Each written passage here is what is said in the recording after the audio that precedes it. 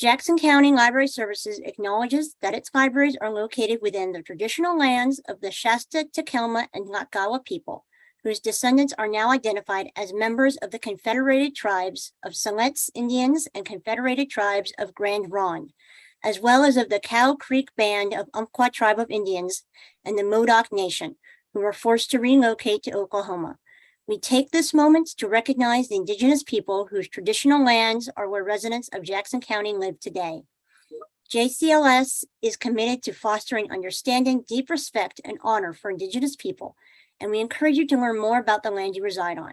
For more information, go to jcls.org/land.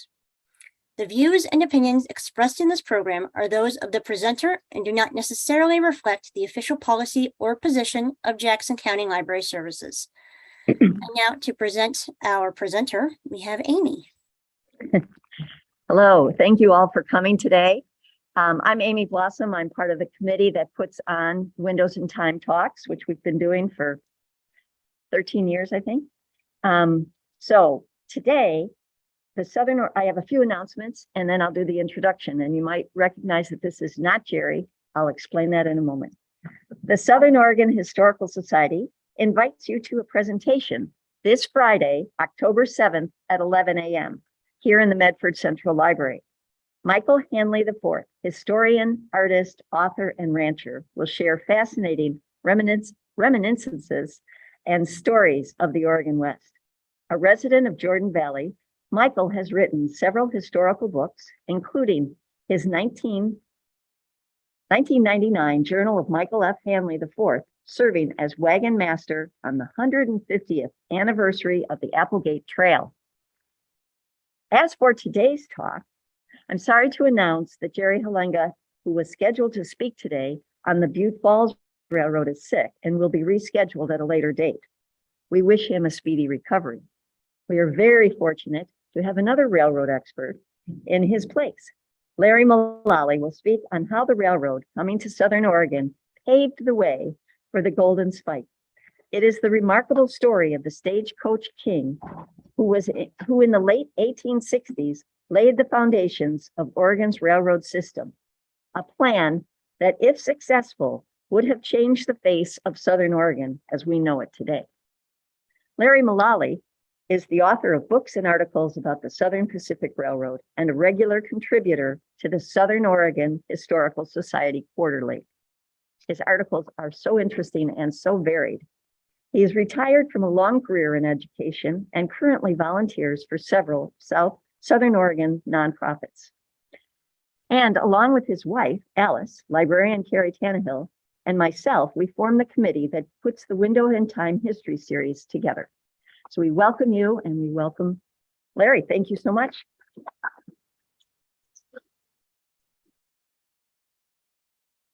Now we have a very good viewing audience on Zoom, but I'm sorry that the Zoomers can't see the wonderful crowd here. It's reminiscent of the day when we would have overflowing crowds all the time, but this is easily the largest crowd that we've seen here in the last 2 or 3 years. So thank you very much. So often history is telling things that everyone's already told already, or that many have. It's very rare that you find something that's new and fresh and somewhat important. And this story today is one such thing. And it begins with the National Archives several years ago when Alice and I were there doing some research. And that's what you've been seeing in this picture up here. And this is on the outskirts of Washington, D.C. It's the National Repository of all major federal papers. And it's in the press a lot these days because of these Mar-a-Lago issues. And it's this organization that's seeking to store and archive certain papers. But that's not what we were there for. We were there on studying early Western railroads. And now let's ask to see the papers of the Oregon and California Railroad. These papers come in usually in acid-free boxes. They're organized by year. And the years we were looking at were the late 1860s or the 1870s. The papers are bound and tied with ribbon, usually, And you open them and they're all handwritten and you can see the signature of Abe Lincoln and Ulysses S. Grant and lots of things, but you don't get to walk home with anything. However, when we asked for the Oregon at Sea records, along with the boxes, we received a canister, a green can, and we couldn't open it. And so we took it up to the librarians and they called in some technicians and they couldn't open it. So they took it away and came back about a half hour later and it was open. And in it were papers, letters that pretty obviously had not been looked at for over 100 years.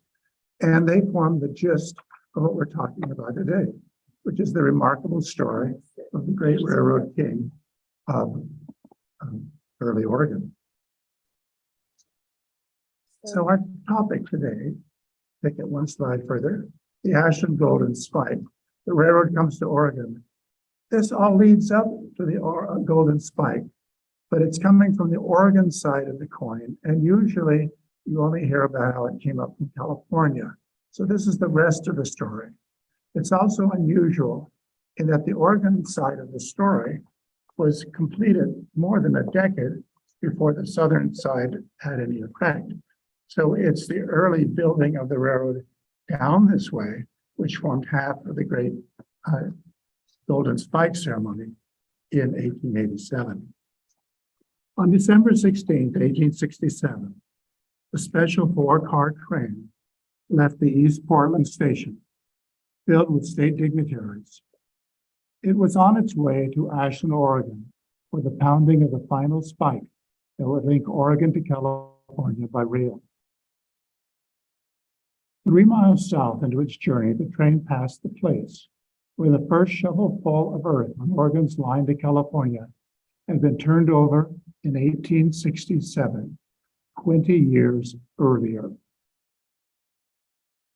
The scenery sped by, bringing memories among older, grayer heads of earlier times when men and women dreamed of a railroad connecting their state to the nation. Such a line was very long in coming. The Pacific Railroad Act was signed into law by President Abraham Lincoln, authorizing the construction of the nation's first transcontinental railroad, connecting the San Francisco Bay with Omaha, Nebraska in 1862. The western portion of this railroad, the transcontinental railroad, was named the Central Pacific. 4 years later, however, Congress passed additional legislation providing for a branch railroad to connect the Central Pacific in California all the way up to Portland, Oregon. The Oregon and California Railroad Act of 1866 stipulated that the railroad would pass through the Sacramento, Shasta, Rogue, Umpqua, and Willamette valleys. Unlike the Transcontinental Project, however, Congress did not award bond support, and that means money, to the Oregon project, putting the burden of financing construction squarely on the shoulders of private investors. Taking up the challenge, 2 companies vied for rights to build the Oregon portion of the line, but neither had the resources nor the finances to succeed.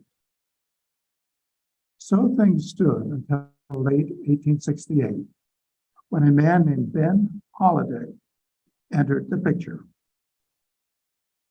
6 feet tall, with dark piercing eyes and seemingly unlimited energies, he was described by his friends as, quote, a man of splendid physique who knew well how to manage the average human nature.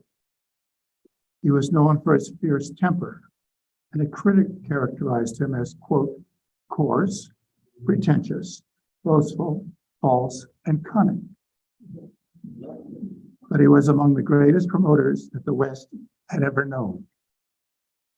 In the 1850s and early 1860s, the Kentucky-born Holliday had put together the largest system of stagecoach lines in the West. Eventually, Holliday expanded its holdings to 3,000 route miles and operated the nation's famous Pony Express. In the process, he earned for himself the title Prince of the Plains. Everybody has heard of Ben Holliday Mark Twain wrote in his novel Roughing It, quote, "He used to send mails and passengers flying across the continent in his overland stagecoaches like the very whirlwind." Holiday traveled in regal fashion in a special stagecoach, equipped with a writing desk and silver lanterns, accompanied by another coach carrying a cook and servants, special mattresses, brandy, and cigars. But he had bigger things in mind.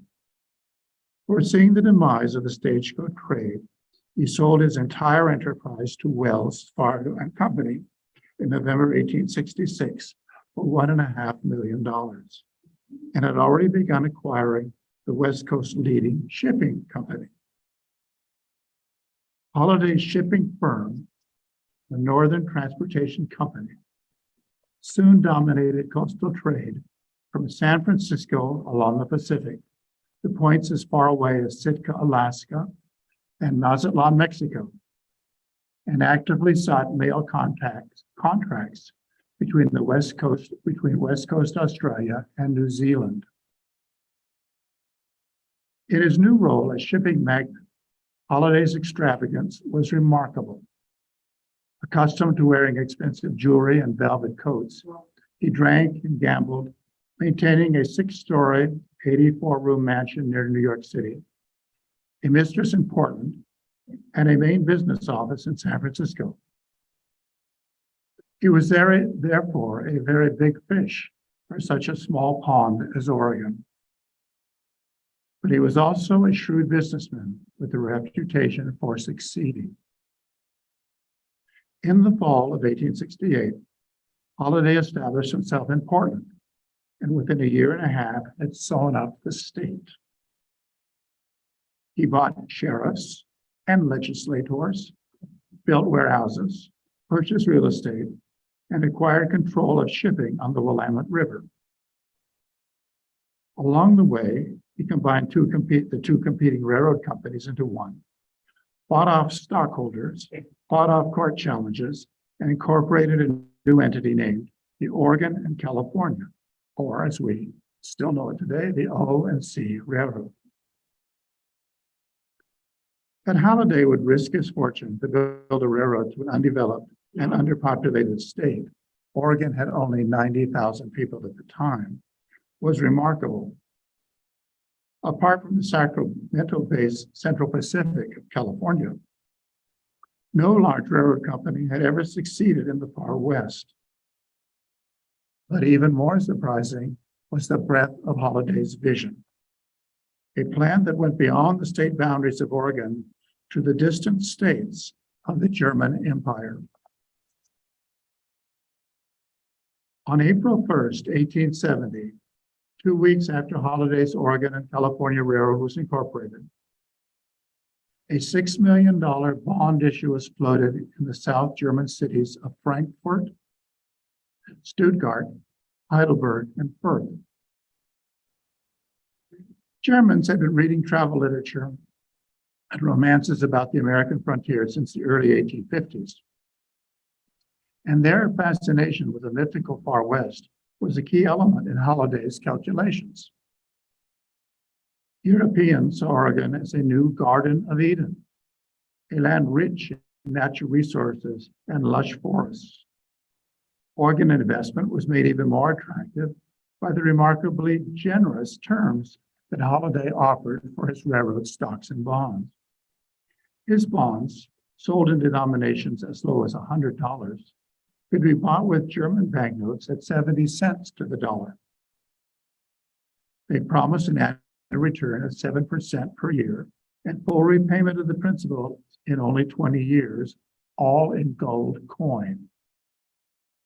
Although Holiday's railroad company was virtually unknown on the New York Exchange, Germans bought out the supply of available bonds within a few months. What also made the bonds attractive to investors was the government land in Oregon that would be transferred to the Oregon and California Railroad as each 20 miles of track were built. The best known instance of such large-scale federal grants were the millions of acres of land grant property across Utah and Nevada awarded to the Central Pacific Company for the Transcontinental Railroad, almost all of which, however, was unsaleable wasteland. But Oregon was thought to be different.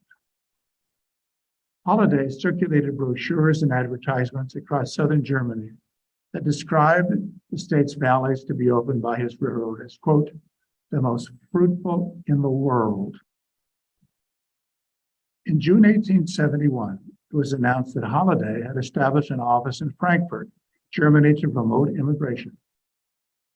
Meanwhile, a land office was opened in Portland, equipped with, quote, maps, field notes of descriptive of these lands, printed forms of applications for land, and will furnish all needed facilities for those seeking homes in Western Oregon. Holiday had a lot of property to sell. As an inducement to railroad building, the federal government offered lands to companies, typically 20 miles on each side of the tracks, arrayed in alternating checkerboard sections. As a source of such properties, Oregon appeared to be a bonanza.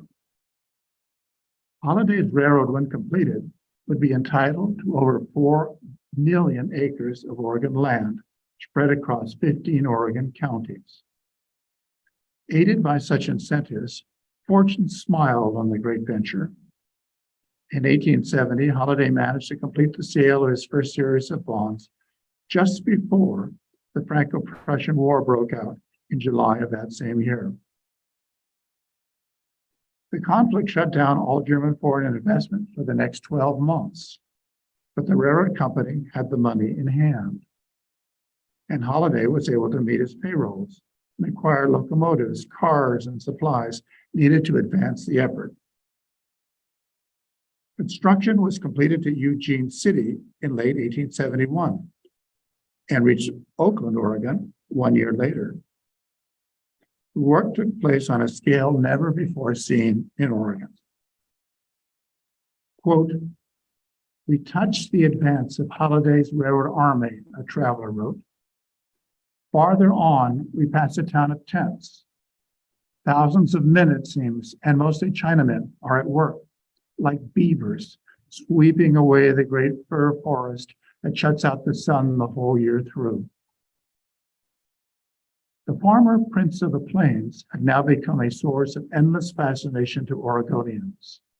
Holiday was said to be personally worth $7 million. It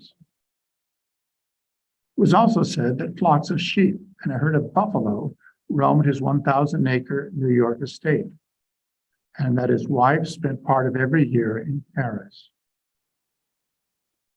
A poker game played with Ulysses S. Grant aboard one of Ben Holiday's ships was reported to have lasted 4 days. At the sessions of the Oregon legislature, a riverboat was provided where elected representatives were treated with champagne, free dinners, and easy women. Sailors recalled the jolly times during the Holiday era when the decks of the flagship of his fleet, the Oriflamme, quote, were damp with champagne that flowed as freely as water. And on his railroad, Holiday traveled in a luxurious president's car. Quote, if we ever felt proud, a locomotive engineer wrote in April 1871, it was when that car was coupled onto our train and a few railroad guests were invited to take a ride with Oregon's railroad king. And as if by a sweep of his royal scepter, the state began to blossom. A visitor was amazed at the enormous amount of grain being shipped by rail to deep water vessels at the railroad's Portland Wharf. In London, reports were received that Oregon would soon be, quote, the greatest wheat-growing country in the habitable globe. A commentator expressed only one reservation. Quote, the people have too much land and are very anxious to have more settlers. And bringing in settlers, German settlers to be precise, was exactly what Holiday had in mind. Through the 1850s, the German states had been the leading source of immigrants into the United States, many of them induced by railroads to settle in the Midwest. By 1872, it was reported now that Holiday planned to bring in 50,000 settlers to Oregon, transporting them aboard his own vessels from Bremen, Germany. Quote, Ben Holiday's scheme for bringing immigrants to Oregon is a brilliant one, a reporter wrote. It is expected that there will be a great rush from Scandinavia, France, Holland, Belgium, and Germany to Oregon for the privilege of locating on the railroad land. The fact that the most of the good land of the Willamette Valley had already been settled did not seem to matter. In December 1872, Holiday's construction force had reached the town of Roseburg, 197 railroad miles south of Portland. Plans were now afoot to push on to the California border. 2 years earlier, Holiday had hired Jesse Applegate, the pioneer trailblazer, to conduct a survey to the Oregon border. An early settler in the region later described Applegate as well-educated, quote, in land matters, who understood the frontier as well as any man I ever knew. In late spring and early summer of 1870, Applegate produced a survey map that showed the railroad entering the Rogue Valley by way of Sam's Valley. The line passed through Eagle Point, where the shops and roundhouses would have been located, then passed over the Cascades in a southeasterly direction, near Lake of the Woods. As Applegate explained to the editor of the Jacksonville Sentinel, quote, this route avoids the sharp and high elevations of the Siskiyou Mountains, and there is more vacant land than up Bear Creek. The line surveyed by Applegate therefore barely touched the Rogue Valley floor. It completely bypassed the major towns of the region, including Central Point, Jacksonville, Phoenix, and Ashland. But Holiday had a reason for swinging the line over the Cascades near the Lake of the Woods. Even though the elevation was 1,000 feet higher than the Siskiyou crossing, by running his line eastward, the railroad would receive nearly 1 million more acres of land than if it had gone through the Rogue Valley, which was already fairly well settled, including valuable Klamath Lake properties. Applegate also had personal motives for bringing the railroad this way. He had partnered in a large land project just south of the California border and formed a canal company to irrigate farm properties using water from Klamath Lake. Hopes engendered by the railroad king remained high. When hostilities between Germany and France ended, foreign capital once again rolled in. An issue of 3 million Oregon and California railroad bonds was offered up for sale in late 1871 and was once again quickly bought up. Land sales were also looking good. In 1870 and 1871, Holiday had sold 290,000 acres of land in the Willamette Valley. And now, to facilitate sales in the south of Oregon, incorporated a new enterprise named the European and Oregon Land Company. The prestigious British Railway News noted that European, quote, holders of Oregon, California bonds have at the same time been agreeably surprised by the sale of their land grant to a respectable land grant company. Oregon's first woman journalist, Frances Fuller Victor, was also impressed by Holiday's new arrangement. Quote, the European and Oregon Land Company, she wrote, have placed these lands in the power of actual settlers to select and occupy homesteads, and they can pay for them on exceedingly easy terms. In 1872, Holiday might very well have been the true king of Oregon. That year, he had his own man elected to the U.S. Senate and built Portland's first streetcar line. A Salem reporter wrote that, quote, Holiday is a man of resources and shoves ahead and Oregon wants all of the railroads he can build. It was about him a certain animal magnetism. When an important vote was before the Oregon legislature, one lawmaker explained how Holiday threatened, quote, to crush him or any man who would vote for it, and that no man should vote for the bill, whoever voted for the bill would ever again come to the surface. But he was idolized by his employees. His stagecoach drivers had once sung, "You asked me for our leader, I'll soon inform you then. It's Holiday, they call him, and often only then." His railroad workers enjoyed telling how when Holiday fired a particularly unpopular superintendent, he gave orders that if the man appeared on the property, he should be physically removed. Holiday's can-do spirit was infectious. Quote, "Oregon now wears a new face," the poet Joaquin Miller declared.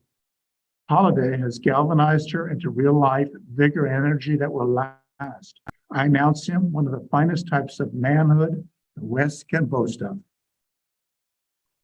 In January 1872, Dan Holiday left the West Coast by train, reportedly on his way to Europe. The Sacramento Daily Union noted, "People say he has arrangements for procuring all the money he needs. The German dukes are probably anxious to see how an Oregon duke carries himself, and he goes over to give them the pleasure of his acquaintance." Holiday had hoped to personally introduce Europeans to the investment opportunities in Southern Oregon lands, above all the 600,000 acres in the Klamath Basin. But the devil, as always, is in the details. In early January 1871, Oregon and California Chief Engineer Hans Thielsen, after whom Mount Thielsen is named, submitted a route map to the Government Land Office in Washington, D.C., showing Applegate's line tracing into Klamath country. Quote, "The road through these mountain wildernesses, you know," Thielsen wrote, "will be a very costly one to build.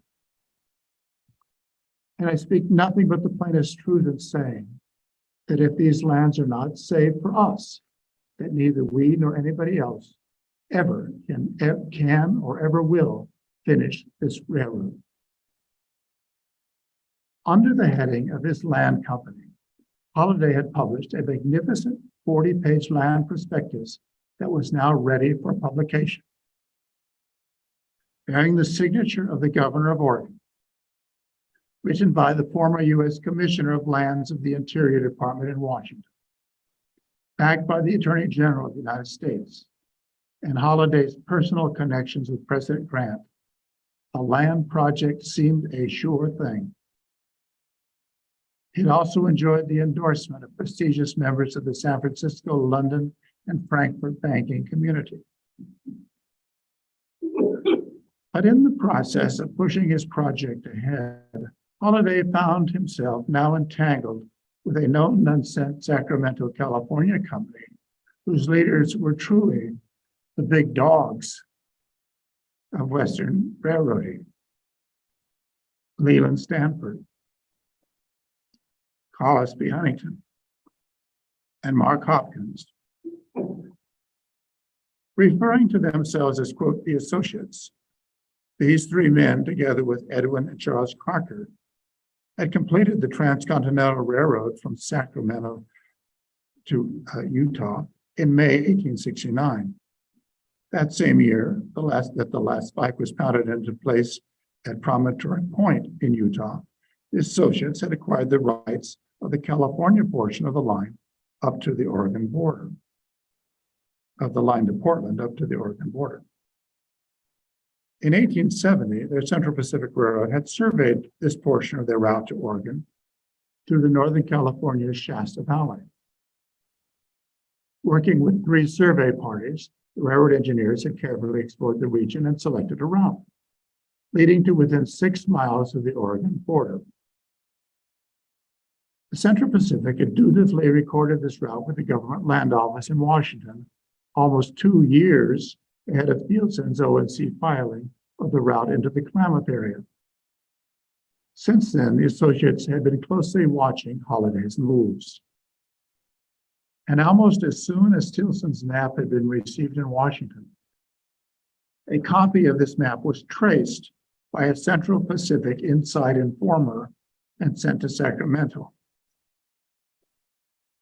On March 6, 1872, Central Pacific Treasurer Mark Hopkins reported this information to Company Vice President Collis B. Huntington in the company's New York office.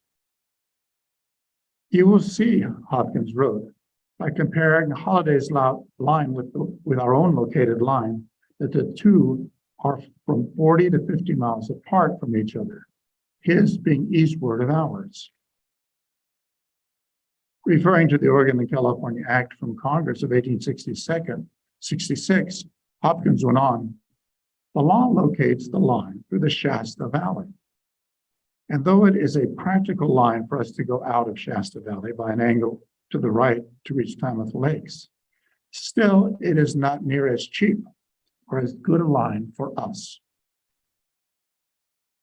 The three associates, in short, were not amused by Holliday's decision to move the juncture point of the railroad, and they made their dissatisfaction known to the Department of Interior in Washington, where they commanded more than a little influence.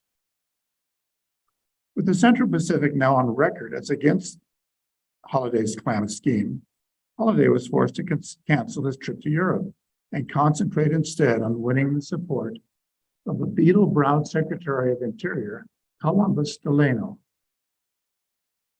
The situation was all the more serious because Holliday's land prospectus, his 40-page land prospectus, had already announced that the Klamath Fall extension had been approved by the Interior Department, Delano's department, an assertion that was patently false.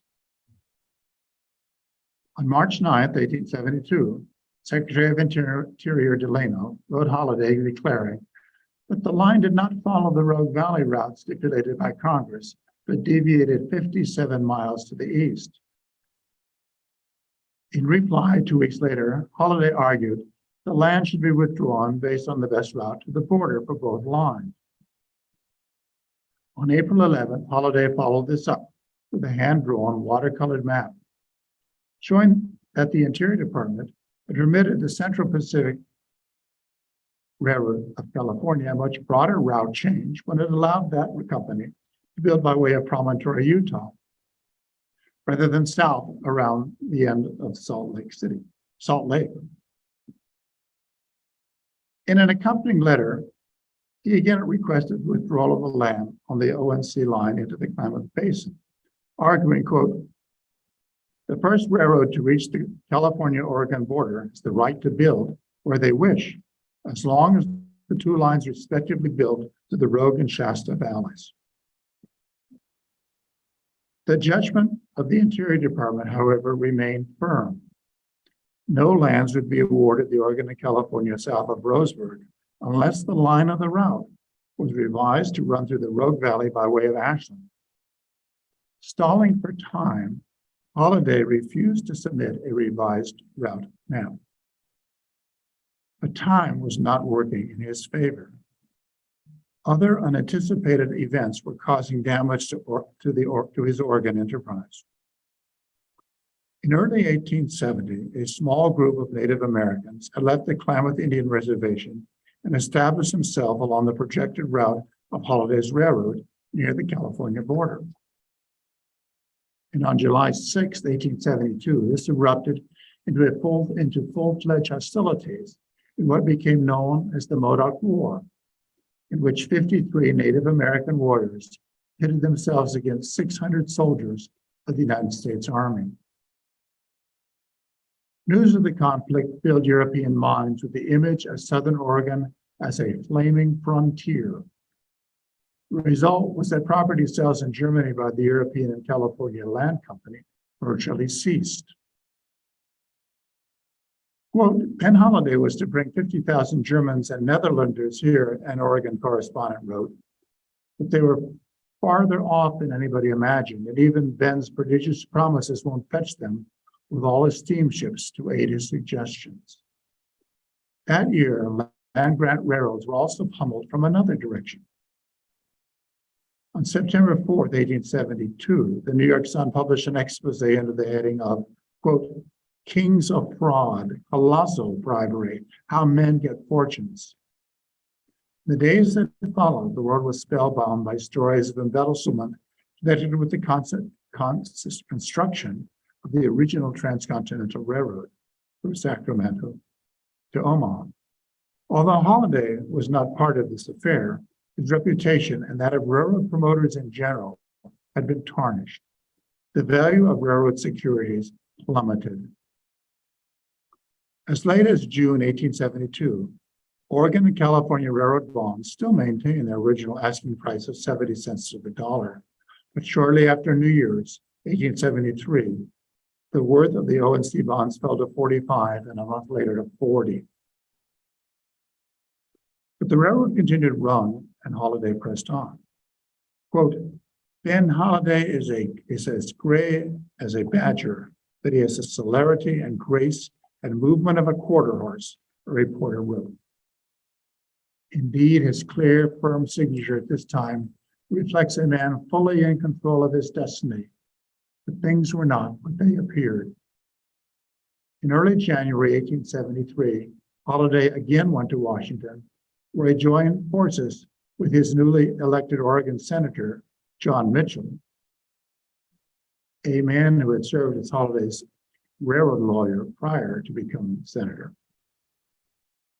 Both men now combined to make one final effort to reverse the Interior Department's ruling on the proposed route through the Klamath lands. At Holiday's request, Mitchell wrote a strong letter to Secretary Delano in March, demanding that the policy be changed and requesting a hearing.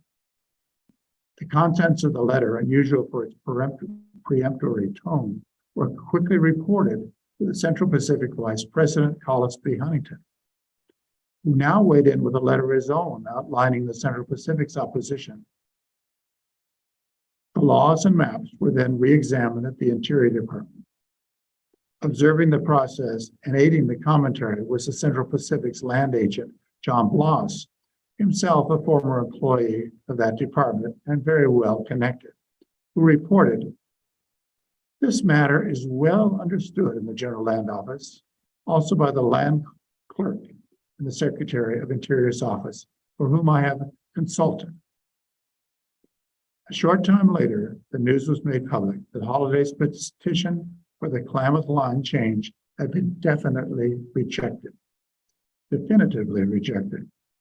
Until a new line was submitted, something Holiday refused to do, no land south of Roseburg would be withdrawn for the railroad. From the very beginning, Holiday had gambled that land sales and freight and passenger revenues would keep his enterprise afloat. But this had not happened. Normally, any shortfall would be made good by borrowing money until the business cycle improved.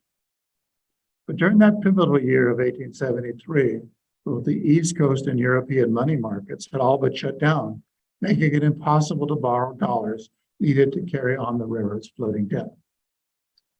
Holiday's difficulties now compounded. In March of that year, the New York Sun reported that the Oregon and California Railroad would be unable to meet its April interest payments to German bondholders, amounting to $35 in gold coin owed for every $1,000 bond. The story was quickly denied, but Holiday, who was now in deep financial trouble, was forced to dip into his personal savings to make up for the railroad's poor earnings. Throughout the summer of that year, Holiday put on a brave face. When General John Canby of the U.S. Army was murdered by renegade Modoc Indians during truce negotiations over the Klamath lands, Holiday served as a pallbearer. At the same time, he expanded his Shore Acres Hotel near Astoria, which was the first resort facility of its kind ever built on the Oregon coast, and even had built its own race course. Holiday continued to buy ships, build wharf facilities. And when Portland suffered a major fire that same summer, it was Holiday who proposed a plan for rebuilding the city. Meanwhile, a delegation of German visitors from Frankfurt arrived to examine the railroad in which they had so generously invested. But the results of the visit were mixed. They found the railroad substantially constructed. But the Germans learned that instead of 375 miles from Portland to the California border, as they'd been told having been built, only 200 miles were in operation. And that, owing to the small population and limited development of Western Oregon, the road was producing only about a third of the money needed to pay its interest charges on bonds. And then, on September 1873, the New York stock market, largely as a result of railroad overexpansion throughout the country, collapsed. It was the most harrowing failure in the stock market's 81-year history. Major bankers' houses failed along the East Coast, and the stock market closed for 10 days. In this bursting of financial bubbles, Holliday's great enterprise venture went down along with scores of other railroads. Less than 2 weeks after the panic began, the overextended Oregon and California Railroad defaulted on paying its 3.5% interest coupons on some $9 million in bonds. Refusing to give in, Holiday resorted to methods that had always worked well. Within days, a fancy DC newspaper reported it had taken a fancy house in the city for the session of Congress in order to press the endorsement of its railroad bonds. But the situation was beyond recall. Holiday was financially ruined, and Oregon's relationship with the man who had been their king abruptly ended. For the next 8 years, the railroad in Oregon built so quickly and deftly, sat at Roseburg with weeds growing at the end of its tracks. And overland travel from Oregon to California was possible only by stagecoach. With Holiday's passing from the scene, the heyday of early Oregon railroad expansion ended. If the trains came and left from Roseburg, heading north to Portland, the economic development in Oregon remained static for nearly a decade. But as late as 1881, maps of southern Oregon continued to show the proposed railroad line running past Eagle Point and through the Klamath Basin. Finally, new investors were found, Germans once again, and a second chapter in the history of Oregon Railroad began, one that saw the railroad pushed as far south as Ashland in the year 1884.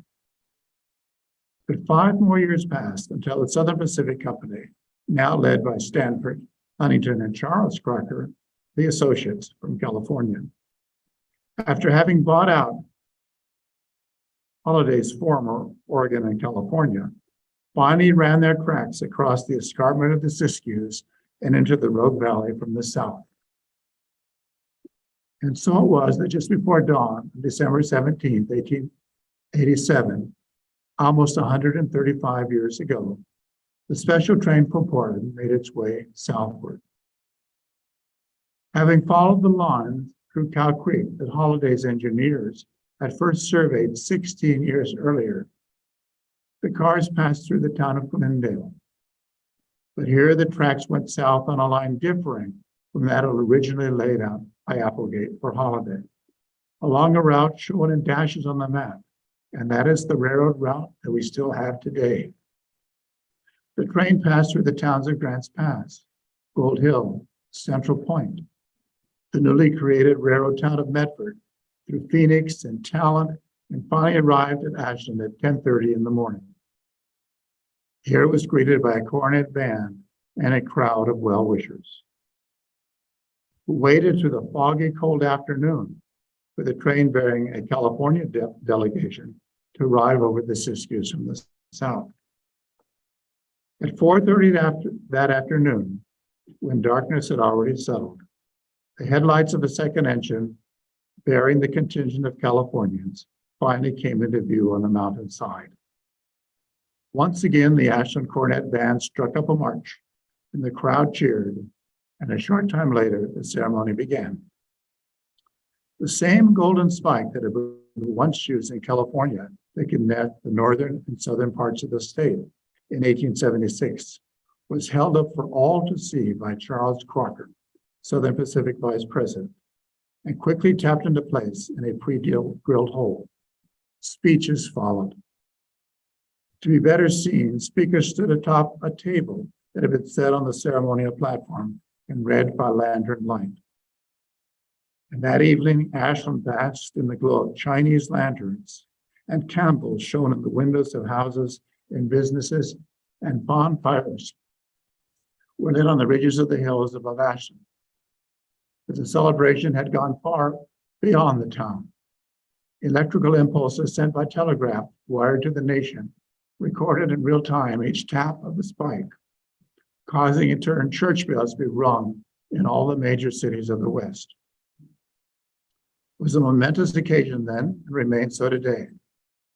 On that cold winter night 135 years ago, the railroad, the great civilizer, had united America's far west, and Southern Oregon was squarely on the major north-south transportation axis of the Pacific coast.